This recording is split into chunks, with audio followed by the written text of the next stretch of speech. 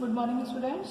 आज हम class 12th Hindi medium का जो चैप्टर 12 है यानी वे यौगिक जिसमें कि नाइट्रोजन क्रियात्मक समूह के रूप में, कार्बनिक यौगिक जिनमें कि नाइट्रोजन भी क्रियात्मक समूह में उपस्थित है, ऐसे कंपाउंड्स के बारे में इस चैप्टर में हमने पढ़ा है। तो इस चैप्टर में हमने जो चीज़ पढ़ी है उसमें क्या क्या पढ़ा है?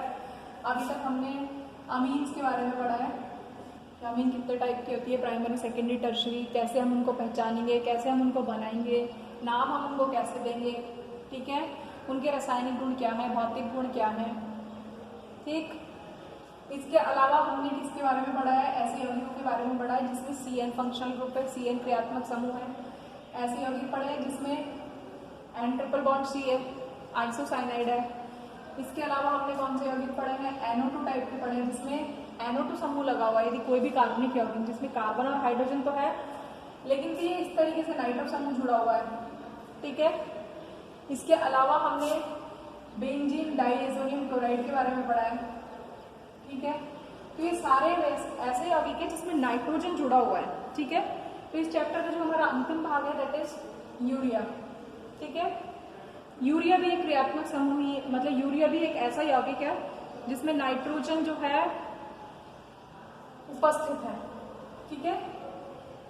अब देखो ये कैसे बना है, सबसे पहले आपको पता होना चाहिए कि यूरिया बना कैसे है। देखो आपने पढ़ा है, ये है आपके पास कोई भी मान लीजिए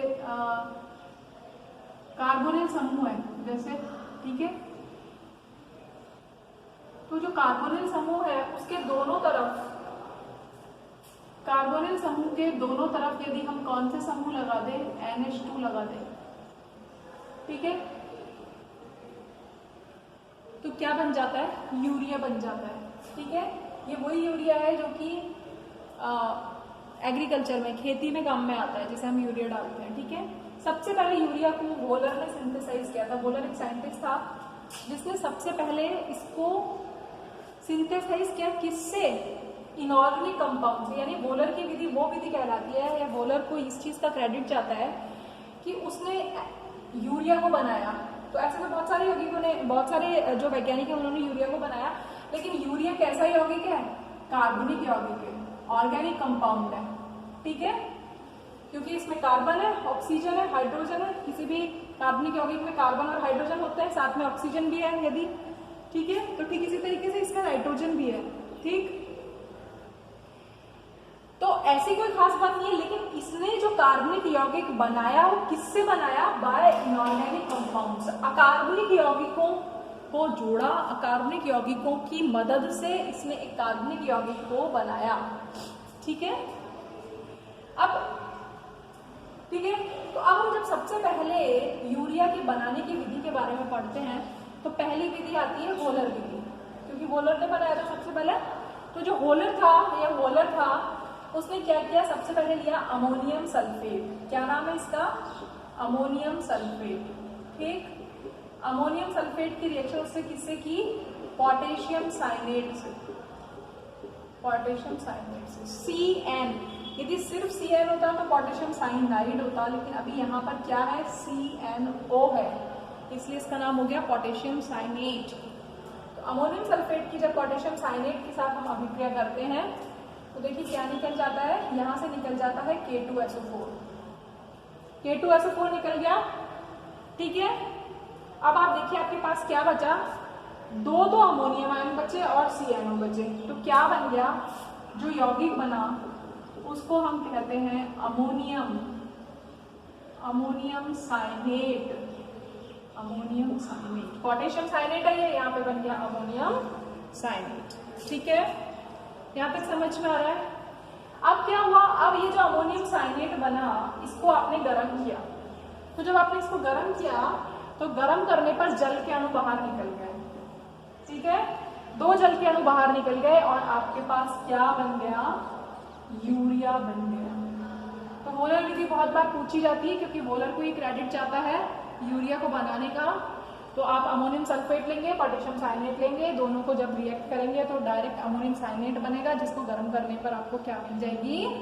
यूरिया मिल जाएगी, ठीक है। दूसरा मेथड क्या है? दूसरा मेथड है, हमने क्या लिया?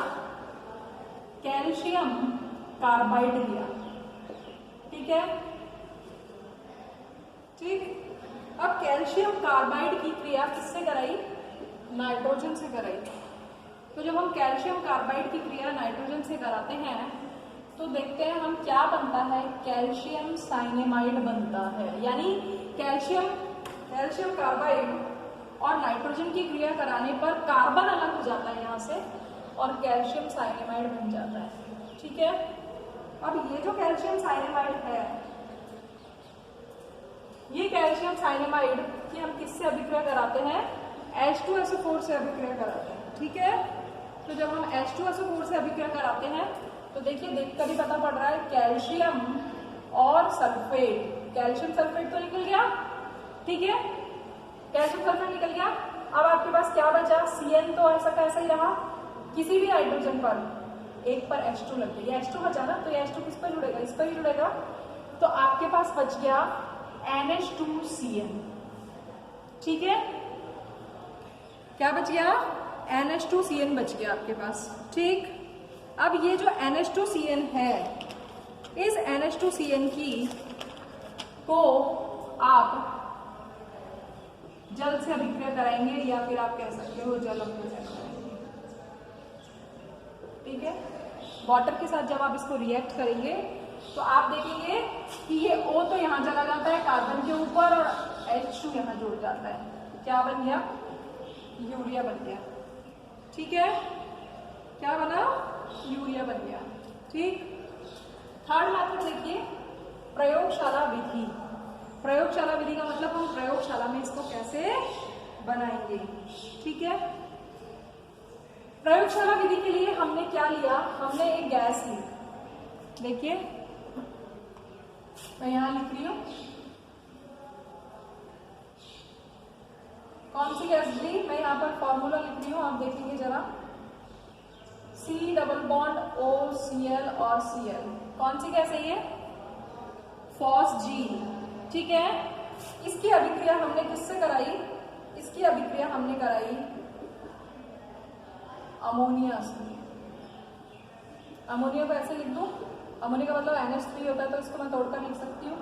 ऐसे ही यहाँ पर भी मैंने इसको ऐसे ही लिख दिया तोड़कर, ठीक है।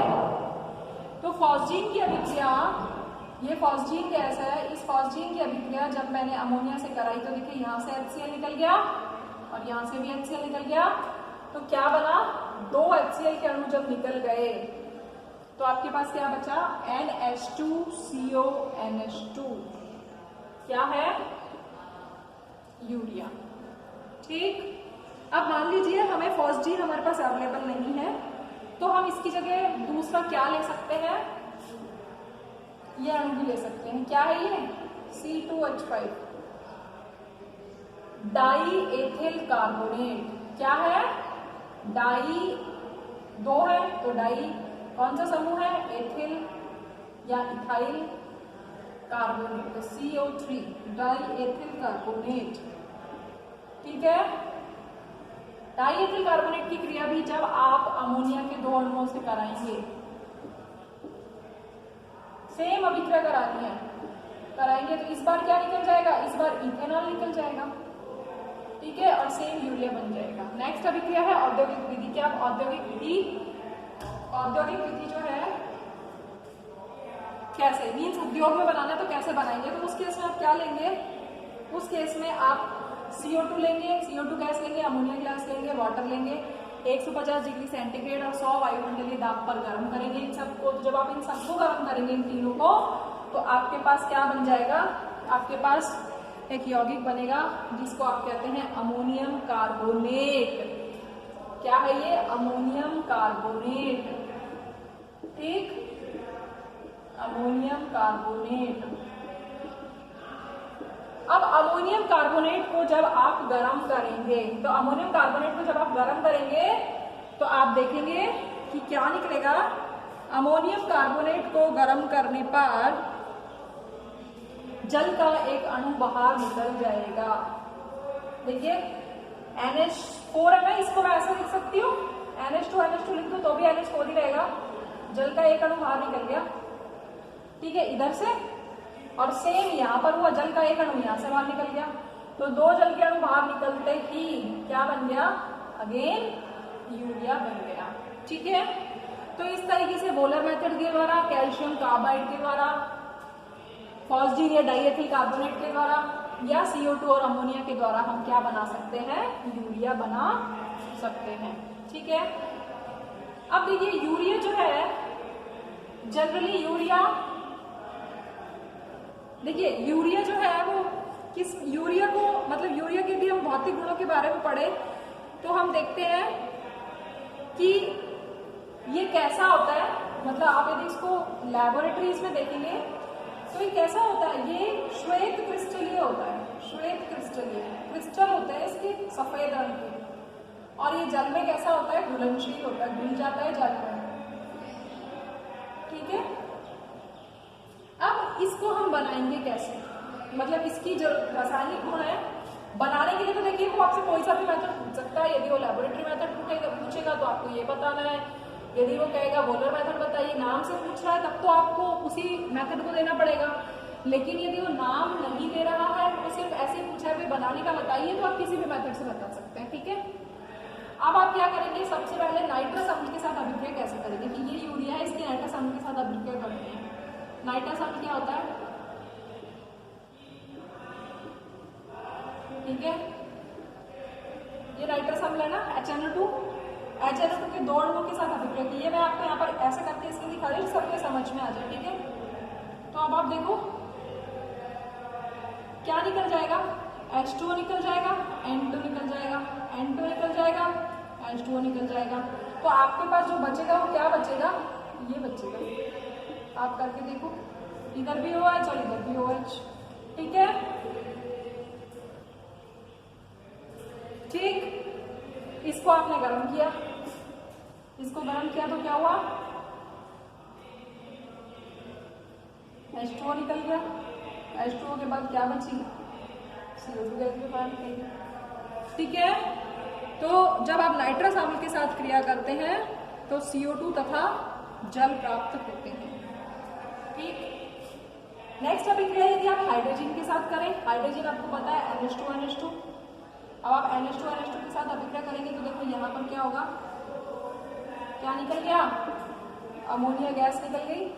अमोनिया गैस निकल गई तो अब आपके पास क्या बचा, NH2CO NH NH2। ठीक है, अमोनिया का एक अणु बाहर निकल गया, तो अब आपके पास जो बचा वो क्या है, सेमी कार्बेजाइड। क्या है, सेमी कार्बेजाइड। ठीक है, उसके बाद अब आप देखिए, अब आप क्या कर रहे हैं, नेक्स्ट अभिक्रिया है जल अपघटन, कि यदि हमने यूरिया लिया और उसका हम जल अपघटन करते हैं तो देखिए जब हम उसका जल अपघटन करते हैं, इसका मतलब जल के अणु के साथ अभिक्रिया करा रहे हैं। तो जल के अणु के साथ जब हम अभिक्रिया करा रहे हैं तो अब ठीक है, तो क्या बनता है, हमेशा ध्यान रखना है आपको वैसे भी पता होना चाहिए कि जो यूरिया है वो कैसा होता है, बेस होता है, क्षार होता है यूरिया। अभी हम इसकी क्षारीय प्रकृति के बारे में पढ़ेंगे। मतलब क्षार, यदि अमोनिया जुड़ा हुआ है, N ग्रुप जुड़ा हुआ है, तो बेसिक नेचर आ ही जाएगा ऑलरेडी, इसके पास लोन पेयर भी है। ठीक है, तो यूरिया जो है जब जल के साथ अभिक्रिया करता है तो क्या बनाता है, लवण बनाता है, लवण बनाता है। ठीक है, इसको हम कहते हैं अमोनियम कार्बोनेट। ठीक है, यानी 4 H है ना, 2 H यहाँ जुड़ गए, 2 H यहाँ जुड़ गए, तो 2 H यहाँ जुड़ गए, तो ये तो क्या हो गया, NH4 और 2 O यहाँ जुड़ गए, एक ऑक्सीजन पहले से था और 2 ऑक्सीजन और जुड़ गए, क्या बन गया, अमोनियम कार्बोनेट बन गया। ठीक है, और यदि हम अमोनियम, तो इसका मतलब क्षार जो है ना, ये क्षारीय प्रकृति का होता है। ठीक इसी तरीके से यदि हम जल में HCl डाल दें और उसकी यूरिया से अभिक्रिया करा दें, यानी अम्लीय जल अपघटन करा दें, अभी ऊपर जल अपघटन कराया था, नीचे हम अम्लीय जल अपघटन करा दें, तो भी हम देखते हैं क्या बनता है, लवण बनता है। कौन सा लवण बना है आपकी बार, अमोनियम क्लोराइड। ठीक है, तो जल अपघटन करने पर यह लवण बनाते हैं। नेक्स्ट अभिक्रिया देखिए, अब आप यूरिया की अभिक्रिया करा रहे हैं किससे, डाई कार्बोक्सिलिक अम्लों से, डाई कार्बोक्सिलिक अम्लों से। डाइकार्बोक्सिलिक अम्ल का मतलब वे अम्ल जिनमें 2 कार्बोक्सिलिक समूह जुड़े हुए हों। जैसे मैंने यहाँ पर ये लिखा है, देखो जरा ये क्या फॉर्मूला है, इसको मैं ऐसे लिख सकती हूँ COOH। क्या है ये फॉर्मूला, या मैं इसको ऐसे भी लिख सकती हूँ H2C2O4। इसको हम कहते हैं ऑक्सैलिक एसिड। क्या कहते हैं, ऑक्सैलिक अम्ल। तो जब हम ऑक्सैलिक अम्ल देखो यहाँ पर देखो 2 कार्बोक्सिलिक समूह है तो डाइकार्बोक्सिलिक हो गया ना। इसको मैंने इस तरीके से लिखा है, आप ऐसे भी लिखकर कर सकते हैं, आपको जैसे समझ में आता है। जब हम यूरिया के साथ करेंगे तो यूरिया का एक H और दूसरा H, दोनों कार्बोक्सिलिक के OH के साथ अभिक्रिया करेंगे तो कितना POCl3 की उपस्थिति में क्या निकल गया, एक जल का अणु ऊपर से निकल गया, एक जल का अणु नीचे से निकल गया, तो क्या बच गया NHCO और NHCO। ठीक है, ये यौगिक बन गया। ठीक इसी तरीके से यदि मैंने नीचे लिया है, नीचे मैंने क्या लिया है, मैंने नीचे लिया है मेलानिक एसिड। ठीक है, जब हम यूरिया की अभिक्रिया किससे करा रहे हैं, एक अम्ल से करा रहे हैं, तो अब आप देखो अभी आपके यहाँ पर क्या बनेगा, सेम अभिक्रिया है, यहाँ पर भी H2O निकल जाएगा, यहाँ पर भी H2O निकल जाएगा। ये कार्बोक्सिलिक अम्ल 2 कार्बन का था, ये कार्बोक्सिलिक अम्ल 3 कार्बन का है, ये सम कार्बोक्सिलिक अम्ल था, सम का मतलब 2 कार्बन थे, ये कैसा है, ऑड, विषम है। ठीक है, जब CH2COOH के होल ट्वाइस के साथ हम यूरिया की अभिक्रिया करते हैं तो अगेन POCl3 की उपस्थिति में क्या निकल जाता है, जल के 2 अणु निकल जाते हैं और एक यौगिक बनता है, जो कि वे व्यक्ति जिनको मेंटल डिजीज होती है, जो मानसिक रोगी होते हैं, उनको ये यौगिक दवा के रूप में दिया जाता है, उनको ये यौगिक दवा के रूप में दिया जाता है। इसको हम कहते हैं बारबिट्यूरिक एसिड।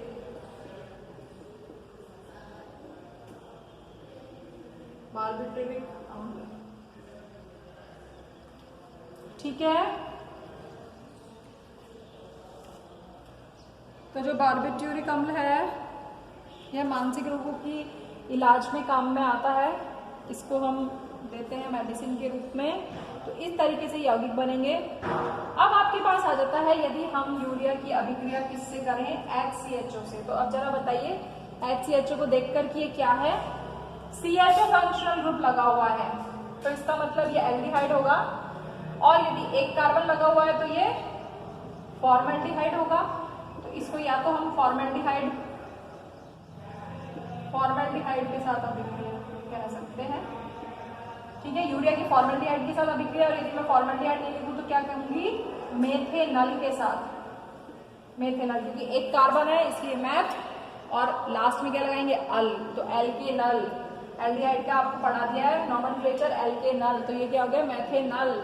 तो मैथेनल की अभिक्रिया कराएंगे। मैथेनल या फॉर्मेल्डिहाइड के 2 मॉलिक्यूल्स लिए हमने। अब यहाँ पर जब हम 2 मॉलिक्यूल्स ले रहे हैं तो अब आप यहाँ पर देखो, आपको पता है ऑक्सीजन की विद्युत, फॉर्मेल्डिहाइड में देखो, फॉर्मेल्डिहाइड हमने पढ़ा हुआ है लाइक दिस, ये आपका फॉर्मेल्डिहाइड है ना, O की विद्युत ऋणता ज्यादा होती है, इस पर नेगेटिव चार्ज है, इस पर प्लस चार्ज है, तो इस O पर कैसा चार्ज होगा, माइनस चार्ज होगा, तो ये इस अमोनिया के H को अपनी ओर खींच लेगा। तो देखिए जरा क्या यौगिक बनेगा, तो आप देखिए यौगिक जो बनेगा, मैं यहाँ लिख रही हूँ, क्या बनेगा, CONH। अभी आपको पता है ना, फॉर्मेल्डिहाइड की ऑक्सीजन की विद्युत ऋणता ज्यादा है, इस पर नेगेटिव चार्ज होगा तो इस पर प्लस चार्ज होगा। अब ये नेगेटिव है, इसके ऊपर आंशिक रूप से ऋणावेश है, तो ये HN को अपनी ओर खींच लेगा। किसकी, अमोनिया के HN को अपनी ओर खींच लेगा, तो एक H किस पर जुड़ जाएगा, तो ये ऐसे बन जाएगा, देखो CH2OH। ये क्या है, CH2O, एक H यहाँ पर आ गया, ये डायरेक्ट किससे जुड़ गया, ये इसी तरीके से यहाँ पर जुड़ गया। समझ में बैठ रहा है मैं क्या बता रही हूँ, ये थोड़ा सा बड़ा कंपाउंड है, इसलिए आपको ये रिएक्शन आसान रिएक्शन है, लेकिन जब तक आप इनको लिखकर नहीं देखेंगे तब तक नहीं आएगी। देखो क्या कह रहा है वो, कि फॉर्मेल्डिहाइड है, फॉर्मेल्डिहाइड की जब आप यूरिया के साथ अभिक्रिया कर रहे हैं तो आप इसको सबसे सिंपल तरीका ऐसे लिखिए, NH2 लिख लीजिए, बीच में क्यों घुस जाता है ऐसे समझ लो, CH2 घुस जाता है तो क्या बन जाता है, तो बनता है डाई मेथिलॉल यूरिया। ठीक है, डाई मेथिलॉल यूरिया बन जाता है। फिर इसकी अभिक्रिया क्षारीय प्रकृति, यानी ऐसी अभिक्रिया, मान लीजिए आपसे पूछ लेता है कि यूरिया की वो अभिक्रिया बताइए जो कि उसकी क्षारीय प्रकृति को, बेसिक नेचर को बताती है। तो यूरिया यदि क्षार है तो एक कोई भी क्षार जो है वो अम्ल के साथ मिलकर क्या बनाता है, HNO3 एक अम्ल है, कोई भी क्षार है, मान लो यूरिया एक क्षार है, हमें नहीं पता है या नहीं है, लेकिन यदि ये क्या है इसको हमें डिफाइन करना है तो इसके हम अम्ल के साथ अभिक्रिया कराएंगे और यदि क्या बन जाए, लवण बन जाए, तो इसका मतलब ये क्या होगा, क्षारीय होगा। तो यूरिया जो है वो HNO3 के साथ मिलकर क्या बनाता है, यूरिया नाइट्रेट बनाता है। ठीक है, ऐसे और भी अम्लों के साथ अभी ऑक्सैलिक एसिड के साथ यूरिया ऑक्सलेट बनाता है। ठीक है, अम्ल जो है वो स्ट्रॉन्ग ही होने चाहिए क्योंकि यूरिया जो है वो उसका बेसिक नेचर ज्यादा है, वो भी स्ट्रॉन्ग टाइप का है, वीक टाइप का नहीं है। फिर इसकी नेक्स्ट अभिक्रिया आती है जो कि सबसे इंपॉर्टेंट अभिक्रिया है, दैट इज ताप का प्रभाव। कि हम ताप के प्रभाव को कैसे समझेंगे, यानी कि हम अलग अलग टेम्परेचर देंगे तो यूरिया क्या बनाता है। देखो, यूरिया के 2 अणु लिए हमने सबसे पहले और 155 डिग्री सेंटीग्रेड पर इसको गर्म किया। तो जब हमने इसको 155 डिग्री सेंटीग्रेड पर गर्म किया तो अब आप देखो यहाँ से NH2 और यहाँ से H क्या निकल गया, अमोनिया निकल गया। ठीक है, अमोनिया गैस के फॉर्म में निकल गई और दोनों अणु जुड़ गए, तो क्या बचा, NH2CO NH CO NH2। ठीक है, इसे हम कहते हैं बाईयूरेट। ठीक है, बाईयूरेट हो गए,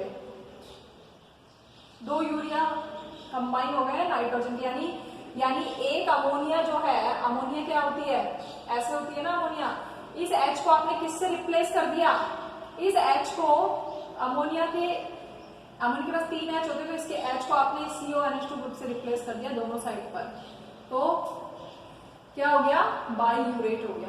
ठीक है, अब यहाँ ये तो 155 डिग्री सेंटीग्रेड पर बाईयूरेट बना, लेकिन यदि आपको 170 डिग्री सेंटीग्रेड पर गर्म करते हो आप, तो आप देखो 170 डिग्री सेंटीग्रेड पर जब आप यहाँ पर तो आपने 2 अणुओं के साथ रिएक्शन की थी, यहाँ पर आप एक ही मॉलिक्यूल को लेकर रिएक्ट कर रहे हैं, तो जब आप 170 डिग्री सेंटीग्रेड पर गर्म कर रहे हैं तो अब आप देखो यहाँ पे क्या होता है, यहाँ पर भी अमोनिया निकलती है लेकिन यहाँ पर एक ही अणु से निकल जाती है, यानी कि ऐसे निकल जाती है, NH2 और एक यहाँ का H, यानी अमोनिया गैस यहाँ पर भी बाहर निकल गई।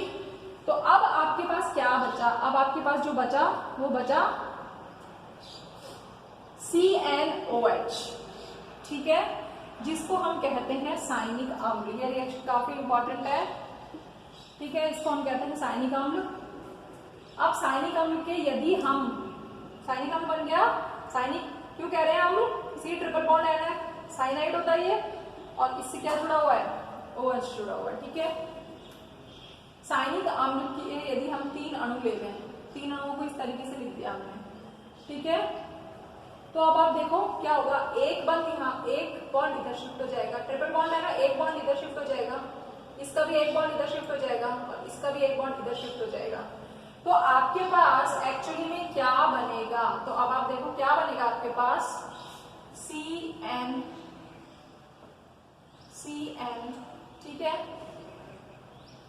एक बॉन्ड इधर किसका, तो यहां पर एक बॉन्ड बन गया। अब आगे फिर से क्या है, CN, एक बॉन्ड फिर से इधर आगे किसका, C, फिर N, ऐसे बन जाता है यौगिक, एक वलय बन जाती है। ठीक है, कुछ भी नहीं करना है आपको, सिर्फ लिखने का थोड़ा सा प्रैक्टिस करना है कि 3 साइनिक एसिड के अणु लिए तो ट्रिपल बॉन्ड शिफ्ट हो जाएगा। जब एक बॉन्ड इधर शिफ्ट होगा तभी तो आपस में जुड़ेंगे, यदि अपनी अपनी जगह बैठे रहे तो फिर जुड़ेंगे ही नहीं। तो एक वलय बनती है, एक वलयाकार संरचना बनती है जिसे हम कहते हैं साइनयूरिक अम्ल, जिसे हम क्या कहते हैं, जिसे हम कहते हैं साइनयूरिक अम्ल। इस तरीके से ये यूरिया के रासायनिक गुण है। किस किस में काम में आता है, देखिए ये यूरिया फॉर्मेल्डिहाइड रेजिन बनाने के काम में आता है, बार्बिट्रिक एसिड बनाने के काम में आता है, सेमी कार्बोजाइड बनाने के काम में आ रहा है। ठीक है, खाद के रूप में काम में आता है। तो इस तरीके से बाईयूरेट बनाने में काम में आता है, इस तरीके से बहुत सारी जगह काम में आता है और ये बहुत ही इंपॉर्टेंट यौगिक है। तो आप इसको एक बार करके देखेंगे, लिख कर देखेंगे। और यदि कुछ नहीं आता है तो पूछेंगे। Thank you.